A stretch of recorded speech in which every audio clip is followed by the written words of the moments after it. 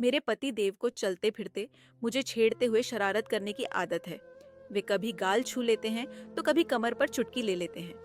यह भी नहीं देखते कि आसपास कोई है या नहीं। बस मेरे प्रति अपना ढेर सारे प्यार को सरेआम जता देते हैं। मेरे मना करने पर या श्रम करो कहने पर कहते हैं, अरे यार, अपनी खुद की बाकायदा बीवी को छेड़ रहा हूँ। कोई राह चलती लड़की को नहीं और प्यार जता रहा हूँ, सत्ता नहीं रहा। समझी जानू? बेशक मुझे भी उनका यूं प्यार जताना गुदगुदा जाता है। कभी चुपके से मैं भी इनकी पपी ले लेती हूँ। हम मियाँ बीवी जो हैं, पर एक से दो बार मैंने नोटिस किया है कि मेरी काम वाली गीता हम पति पत्नी की यह अटखेलियां दरवाजे के पीछे खड़ी रहकर छिप छिप कर देखती हैं। पहले तो मुझे लगा कि यह मेरा भ्रम है, पर अब तो गीता ऐसी हरकतें बार बार करने लगी थी। वैसे गीता बहुत अच्छी है, स्वभाव भी मिलनसार और काम भी परफेक्ट। कभी शिकायत का मौका नहीं देती। जब वह कुंवारी थी तभी से हमारे घर में काम कर रही है। अभी 1 साल पहले ही उसकी शादी हुई थी। ससुराल यहीं पास ही में है, तो शादी के बाद भी गीता ने काम नहीं छोड़ा। वह हमारे परिवार से घुल मिल गई है। दरअसल कुंवारी लड़कियों को ऐसी हरकतें देखने की उत्सुकता रहती है, पर गीता की तो अब शादी हो गई है। उसका पति भी उसे प्यार करता होगा, शारीरिक सुख देता होगा। फिर हमें प्यार जताते देखने की इतनी ललक क्यों है? मैंने अपने पति अभिराज को इस बारे में बताया भी, पर उन्होंने बात को मजाक में टाल दिया। पर मैं अब सतर्क हो गई थी। जब गीता काम करने आती थी तब मैं अपने पति से दूरी बनाने की कोशिश करती थी। यूं ही साल भर बीत गया। एक दिन बिना बताए गीता काम पर नहीं आई। आज तक ऐसा कभी नहीं हुआ, क्योंकि जब छुट्टी लेनी होती है तब वह बताकर जाती है या फोन कर देती है। हमने सोचा कि आ गया होगा कोई काम पर। जब वह दूसरे दूसरे दिन भी नहीं आई तो मैंने उसके पति को फोन लगाया, पर कोई रिप्लाई नहीं। मैंने अभिराज से कहा, चलिए ना, गीता के घर मुझे फिक्र हो रही है। जरूर कुछ हुआ है, वरना गीता यो बिना बताए कभी छुट्टी नहीं लेती। इनको ज्यादा फिक्र नहीं थी तो बोले, अरे शालू, कोई दूसरी काम वाली रख लो ना। यार, कहाँ दूसरों के झमेल में पड़ती हो। मुझे ऑफिस के लिए देर हो रही है, मैं चलता हूँ। पर मेरे मन को चैन नहीं था, तो इनके ऑफिस जाते ही मैं एक टवा लेकर निकल गई। एक बार भारी बारिश थी तो हम गीता को गाड़ी में छोड़ने गए थे। पास वाली बस्ती में ही रहती है, इसलिए घर देखा हुआ था। मैंने एक टवा गली के नाके पर पार्क की और छोटी सी पगडंडी पर चलते हुए उसके घर पहुंची। देखा तो गीता की सास आंगन में बैठी लहसुन छिल रही थी। मैंने पूछा, मौसी गीता कहाँ है? 2 दिन से काम पर नहीं आई। यह सुनते ही मौसी तनकर खड़ी हुई और दहाड़ हुए बोली, ना मत लो उसको, कूल लटा का हमारी इज्जत पर पानी फेर दिया। उस कमजली ने मैंने हकीकत जानी चाहिए, पर वे तो गीता को गालियां देती। मेरे मुंह पर दरवाजा बंद करके घर के भीतर चली गई।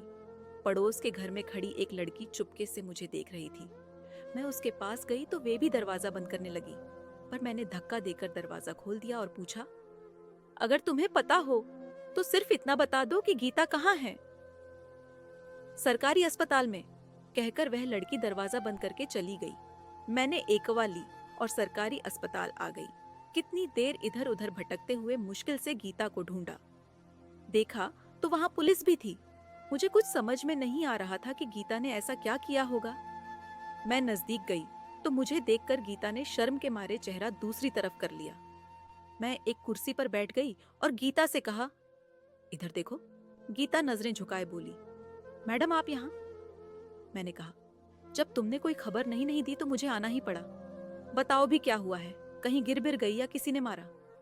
एक एक बात बताओ, गीता ने कहा। मैडम सब बताऊंगी, थोड़ी ठीक हो जाऊं फिर घर आती हूँ। यहाँ कुछ बताना ठीक नहीं। मेरी बात सुनकर आप ही इंसाफ करना कि मैं सही हूँ या गलत। मुझे लगा कि शायद कोई गंभीर बात है, इसलिए मैंने कहा, ठीक है, मैं इंतजार करूंगी। ये ले 000 रख, और किसी भी चीज की जरूरत हो तो फोन करके बता देना। और मैं घर आ गई। सबसे पहले जब तक गीता ठीक होकर वापस नहीं आती तब तक किसी दूसरी काम वाली का इंतजाम करना पड़ेगा। इंटरकम पर पूरी सोसाइटी से पूछ लिया। सविता नाम की एक काम वाली मिल गई। मैंने अपने पति को गीता के बारे में बताया, पर हमदर्दी के बदले डांट मिली। यार, अब नई काम वाली मिल गई ना, छोड़ो कि गीता की लाइफ में क्या हुआ, वह जानने की तुम्हें क्या जरूरत है। फिर भी मेरे मन में गीता के प्रति अपनापन था। सालों से वह हमारी जिंदगी का हिस्सा रही है। अगर वह किसी मुसीबत में है तो हमारा फर्ज बनता है उसकी मदद करना आहिस्ता आहिस्ता 2 महीने बीत गए। एक दिन अचानक गीता का फोन आया। मैडम, आप घर पर हैं क्या? मैंने कहा, हाँ घर पर ही हूँ। वह बोली, अभी आई गैस पर चाय चढ़ाकर मैं गीता की कहानी सुनने के लिए खुद को तैयार करने लगी कि दरवाजे की घंटी बजी। गीता ही थी। मैंने पूछा, कैसी हो अब? मैडम, तन के घाव तो ठीक हो गए, मन में जो पीड़ा और जलन है उसका इलाज कैसे करूं? मैंने पानी और चाय पिल्ला कर गीता को शांत करवाया। मैंने भी चाय पी और कहा, चल आप दोनों शांति से बात करते हैं। बता, गीता ने कहा। मैडम, सबसे पहले आप बताइए कि क्या सिर्फ पेट की भूख ही तन को जलाती है? जवान खून को तन की प्यास भी लगती है नहीं? सेक्स के लिए शारीरिक जरूरत जितनी मर्दों को जलाती है उतनी ही औरतों को भी जलाती है कि नहीं? शादी के बाद भी इस जोश का इलाज ना हो तो औरत को क्या करना चाहिए? मैडम, मेरी शादी को 2 साल हो गए हैं पर अभी तक कुंवारी हूँ। मेरा पति संजना मर्द है, आज तक उसने मुझे छुआ तक नहीं। मेरे भीतर का जोश लावा की तरह धधक रहा है। अगर यही सब मर्द के साथ होता तो अपनी जरूरत पूरी करने के लिए वह कहीं भी मुंह मारता कि नहीं? कौन इस तन की आग से बच पाया है? एक लड़की कितने सपने आंखों में भरकर शादी करती है, पति के प्यार को तरसती है, पर मेरे नसीब खोटे कि मुझे एक ऐसा पति मिला जो औरत की जिस्मानी जरूरत पूरी करने में नाकाम है। मैंने कहा, गीता, तू इस बिना पर अपने पति से तलाक ले सकती है और दूसरी शादी कर सकती है। गीता ने कहा, मैडम, हमारे समाज में एक बार लड़की जिस घर में ब्याह दी जाती है वहीं से उसकी अर्थी उठती है। तलाकशुदा लड़की का पूरा समाज बहिष्कार करता है। मैडम, इसी नामर्द के साथ मुझे जिंदगी बितानी होगी, टिल टल मरना होगा। मेरे जेठ जेठानी का कमरा हमारे कमरे के पास ही है। आधी रात तक उन दोनों के कमरे से आ रही प्यार की मद भरी आवाजें मेरे कानों में ऐसे चुभती हैं जैसे धधक लावा किसी ने मेरे कानों में उड़ेल दिया हो। जेठ जी के बदन मसलने पर जेठानी के मुंह से निकलती आह और सिसकियां मेरे भीतर हवस की ज्वाला भड़का देती हैं। मैं बेकाबू सी अपने पति से लिपट कर उनको जोश में लाने की कोशिश करती हूँ, पर उस ठंडे समंदर में उफान उठता ही नहीं। आपको शायद पता होगा कि साहब जब आपको छेड़ते और शरारत करते थे तब मैं चुपके से देखती थी। आपको देखकर मेरा भी मन करता कि कोई मुझे भी छेड़े, मुझे भी प्यार करे। एक दिन मेरे ताऊ ससुर का लड़का वनराज घर आया था, एकदम बांका जवान। उसके ठीले बदन को देखकर मेरे भीतर खलबली मच गई। उसकी नजर मेरे ऊपर पड़ते ही मैंने होठों पर जीभ रगड़कर अपनी प्यास जाहिर कर दी। फिर तो वह बार बार हमारे घर आने लगा। हम दोनों एक दूसरे को जी जान से चाहने लगे। एक दिन मेरी बुआ सास की लड़की की सगाई थी तो घर के सारे लोग पड़ोस के गांव जा रहे थे, पर मैं पेट दर्द का बहाना बनाकर घर पर ही रुक गई। फिर जैसे ही सब गए मैंने वनराज को अपने घर बुला लिया और उस दिन मैंने अपने कुंवारेपन को वनराज को सौंप दिया।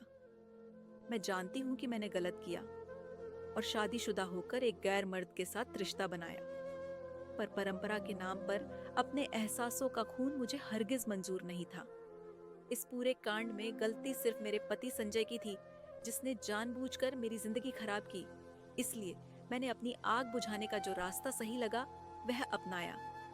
उस दिन मैंने और वनराज ने जी भरकर एक दूसरे पर प्यार लुटाया। उसके बाद जब भी मौका मिलता वनराज मेरी शारीरिक जरूरत पूरी कर देता। मैडम, मैंने सिर्फ सेक्स के लिए वनराज से रिश्ता नहीं बनाया, बल्कि हम दोनों एक दूसरे से दिलो जान से प्यार करते हैं। लेकिन एक दिन मैं और वनराज आज घर की छत पर एक दूसरे के प्यार में पागल होते खो गए थे कि मेरे पति ने हमें ऐसी हालत में देख लिया। वह पास ही पड़ी लाठी उठाकर मुझे पीटने लगा, पर मैं दिल्ली अधूरी प्यासी थी, इसलिए उसके हाथ से लाठी छीनकर मैं उस नामर्द पर ऐसे टूट पड़ी कि सारी हड्डियों का चूरमा बना दिया। अब आप ही बताइए कि मैंने क्या गलत किया। सारा किस्सा सुनने के बाद मुझे गीता किसी पहलू से गलत नहीं लगी, बस उसने हालात को उलझा दिया था। मैंने गीता को समझाने की कोशिश की, तुम और संजय आमने सामने बैठकर इस मसले का हल निकाल लो। गीता ने कहा, मैडम, अब जो भी अंजाम हो, पर मैं उस नामर्द के साथ एक दिन भी नहीं बिता सकती। कुछ भी करके इससे छुटकारा पाना चाहती हूँ और वनराज के साथ अपनी जिंदगी बिताना चाहती हूँ। परिवार और समाज के डर से मुझे अपनी जिंदगी ढोने नहीं बल्कि जश्न सी जीनी है। गीता की आंखों में प्यार की खुमारी और हिम्मत को देखकर मैंने गीता की जगह खुद को रख कर देखा, तो किसी पहलू से गीता मुझे गलत नहीं लग लगी। मैंने उससे कहा, देखो तुम गलत बिल्कुल नहीं हो। प्यार और जंग में सब जायज है। शादी टूटने में हर बार औरत ही जिम्मेदार नहीं होती, बल्कि इस तरह थोपा गया रिश्ता टूट जाए वही सही है। गीता मेरे गले लगते हुए बोली, मेरी भावनाओं को समझने के लिए बहुत बहुत धन्यवाद मैडम। अब मुझ में हिम्मत आ गई है। मैडम, जब तक यह मामला सुलझ ना जाए तब तक शायद काम पर ना आ सकूंगी, पर वादा करती हूँ कि सब ठीक होते ही वापस काम पर लौट आऊंगी। कहकर गीता चली गई। इस बात को 4 से 5 महीने हो गए थे।